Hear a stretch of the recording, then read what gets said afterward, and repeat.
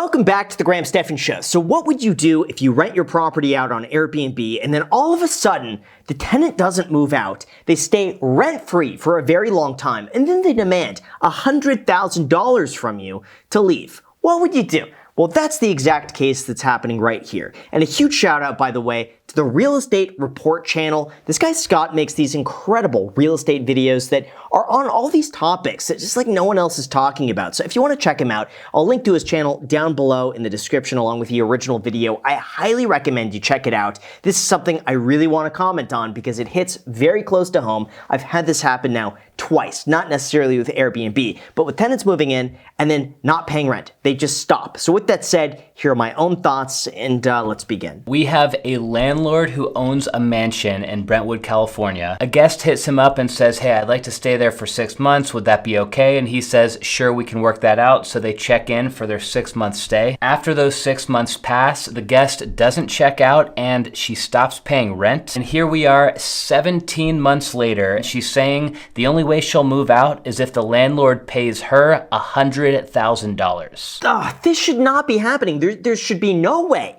that someone could not pay rent for a year and a half and then demand $100,000 from the property owner to leave.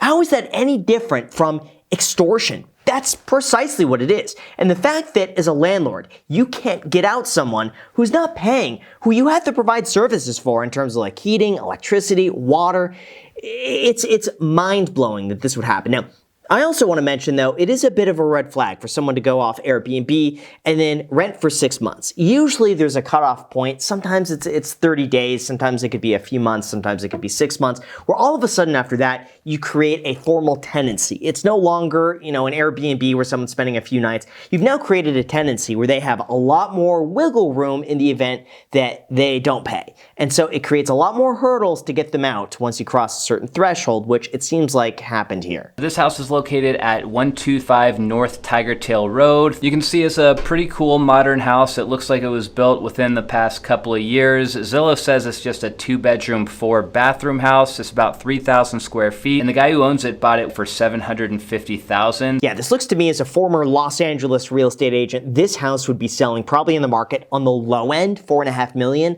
On the high end, probably around $7 million. So we're thinking this is a very high-end property in one of the most exclusive neighborhoods of Los Angeles, and there's someone in here for 18 months not paying rent. Here is where the main house is, and then over here is where the guest quarters are.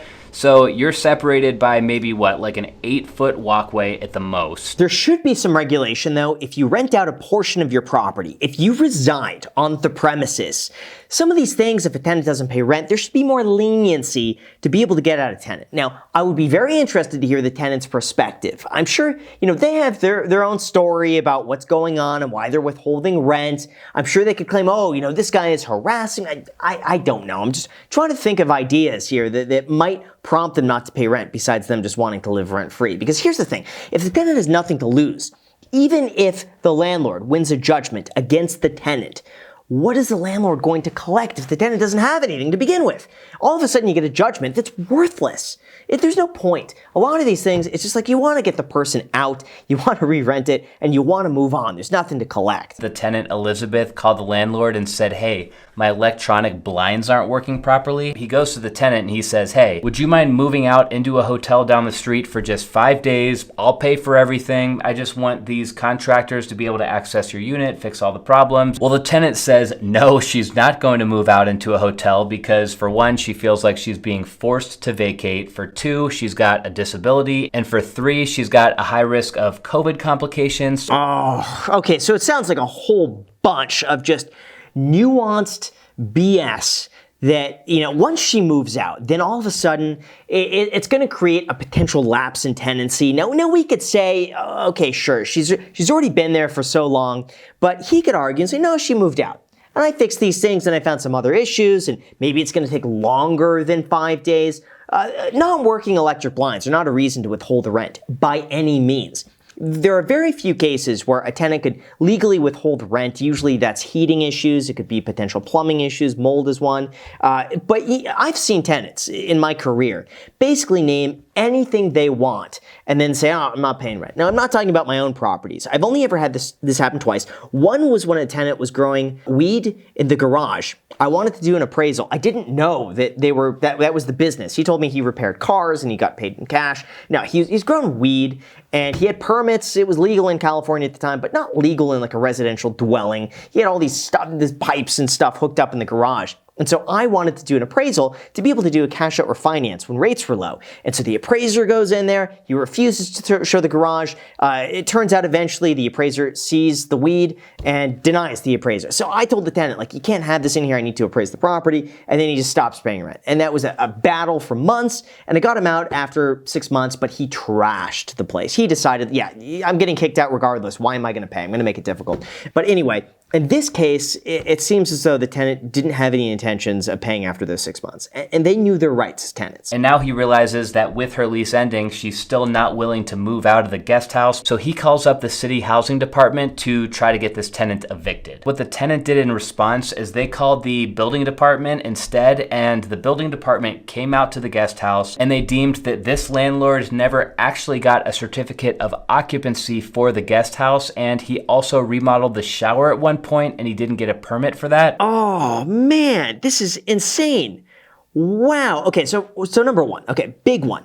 Certificate of occupancy. This is when it seems like he built an ADU, so an accessory dwelling unit on the property. And in order for that to be legal, he needs a certificate of occupancy, where basically the city goes in and says, okay, we see that you have working electricity, heating, plumbing, there's the right setbacks, the right, carbon monoxide, fire detectors, smoke detectors, like all this stuff. They make sure that the unit is inhabitable, that someone could go and live in there. And then they stamp it and say, okay, now your unit is legal, you could go and rent it, the common stuff. If he didn't do that, that's a big oversight. Now, I'm expecting a dentist like this is not doing the work himself. He's most likely left it up to a third-party contractor. They're the ones responsible for all of this, and most likely he put his trust in them. They didn't do it. There was a bit of an oversight, and the fact of the matter is, a lot of structures in Los Angeles, they're not permitted. I would say, from my experience, there's a large portion of properties that just over the last 100 years have had additions added on, things get lost. It's impossible to trace it back. You might have a square footage on public record as showing 2,000 square feet, but the property, when you measure it, is 2,600 square feet. How are you going to track that down? Most properties, they just say, it's fine, it's structurally sound, I'll leave it. But to have the tenant complain about not having a permit for a shower, we're getting picky here. And basically, her complaint said that this landlord was illegally trying to evict her, he was harassing her, and he wouldn't pay for her relocation fees. And yeah, I guess after a little investigation, these housing people said that until the landlord got the guest house up to code, he would not be permitted to evict this tenant. See, the relocation fee, she's probably over the age of 65. She's created a tenancy. She's claimed COVID hardship. Seems like she's really on the knowledge here on exactly what to look for. Now, dare I say, did she target this place specifically because it was unpermitted? Maybe. That's another possibility. She purposely was looking for places that she knew she could pay for 6 months, live there, and then afterwards claim all of these things. It seems as though she went in with that intention. We've got the landlord who's not allowed to evict the tenant until he can get into the unit and fix all the problems, but he can't get into the unit to make it compliant because the tenant won't let him into the unit. Now see, the owner should have a right under that tenancy, whether or not it's legal or not, to go in and fix whatever's broken in the unit. Usually you have to give 24 to 48 hours notice. At this point, like if I were him, hire a lawyer, have the lawyer deal with this, have the lawyer give notice, have someone there present at all times during all repairs. But she is one step ahead of him. I posted this whole story on BiggerPockets the other day. If you guys don't know what BiggerPockets is, this website is awesome. It's actually where I learned everything that I know about real estate investing. BiggerPockets is fantastic. I highly recommend. We had Brandon Turner, used to be with BiggerPockets, on the podcast, The Iced Coffee Hour. I'll also link that down below in the description. It's a great episode. If you guys are interested in real estate, check it out, as well as the Real Estate Report channel. Again, that'll be the first link in the description. Go and say hi to Scott. I love his channel. So if you guys want to support him as well, I highly recommend it. Sarah calls out that this should have been structured as a long-term rental lease, which I agree. Typically, if you're going to rent something out to somebody for 6 months, you're not going to do that on Airbnb. You're going to use an actual lease. This is probably going to give you some more rights to evict someone if something like this happens. Agreed, completely. But I have a feeling he's probably doing this on his own. He's not, too familiar with Airbnb. He's probably like, oh, I have this empty place. I'm going to put it on Airbnb, rent it out. He's probably not thinking about it. The other thing, too, I feel like $100 a day is really low for Brentwood. Like, this is an area that should be, a place like that, a guest house, assuming it's completely separate, should probably be renting for, I don't know, $35 to $5,000 a month, give or take, depending on the type of tenant and the length. I would imagine short term that should be $250 a day, minimum. If someone signs a year-long lease, $35 to $4,000 a month. I mean, it's a nice place. It's one of the best areas. Tigertail is one of the best spots in Los Angeles, by far. Yeah, the tenant is kind of a predator party in this situation technically, but it needs to be handled very delicately. He calls out that obviously if you're blasting noise and doing stuff like that, that's going to cause more problems for the tenant and it's not going to look good in front of a judge. I agree with that completely. It's not a good idea for him to harass her, make it difficult for her, have glaring music all the time. It's not a good idea because eventually all of this is going to be recorded and then sent to a judge. And the judge is going to say, okay, you can't do that. That's irresponsible. It's immature.